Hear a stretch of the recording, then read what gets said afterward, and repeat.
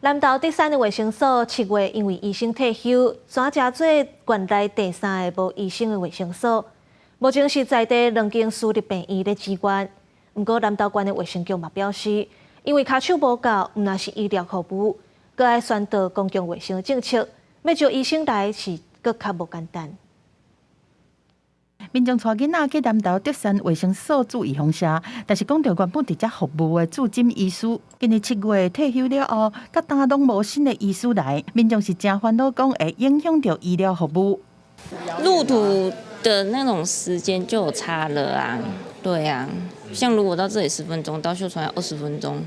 真侪德山镇民讲，卫生所离市区无偌远，比较病院是方便真侪。但即马煞变做伫个南投市中寮乡后壁第3个欠医生的卫生所。目前暂时是德山在地的秀团和东华2间病院的支援。竹山将近有52000的一个人口，那这样子的一个在群体医疗或者是流行病，像之前COVID-19 这样的情况，传染病的时候的话，就需要医生的进驻，就是会受限于我们医师门诊数。没有办法说整个很充足，所以他们可能1个礼拜只有2个诊可以过来这边打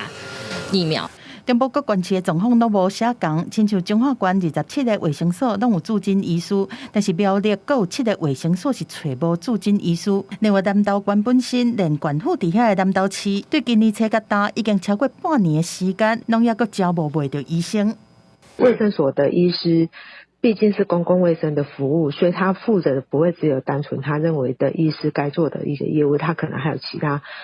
包罗万象的这些啊。另外还有个是行政相业，我们也派了心脏专科医师，还有胸腔专科医师到信义卫生所去，甚至神经内科的专科医师也到中寮卫生所去。我们还是很期待有一些年轻的医师。德山的秀团病院讲，虽然医疗人力已经进步啊，嘛是阁会找人力去支援，希望甲在地化的医疗服务补起来。但是卫生局嘛承认讲，部分的这种公费的医师真欠，加上阁会负责医疗以外的业务，嘛或者本来想要去毋是都会区的医生，听到这都感觉阁要考虑啊。记者综合报道。